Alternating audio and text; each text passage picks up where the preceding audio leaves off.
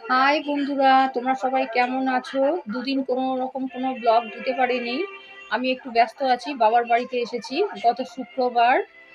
মা, দিদি, ভাইয়ের সাথে সময় কাটাচ্ছি। 31 ডিসেম্বরই আসবো ভেবেছিলাম, কিন্তু আসিনি, এলাম এখনই।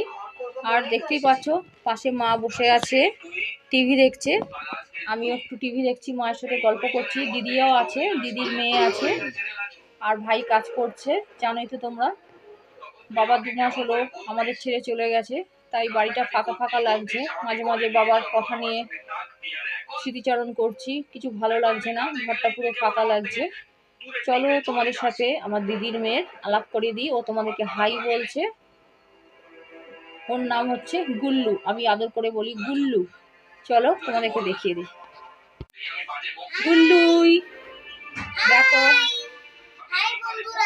তোমরা সবাই কেমন আছো? তোমরা সবাই কেমন আছো?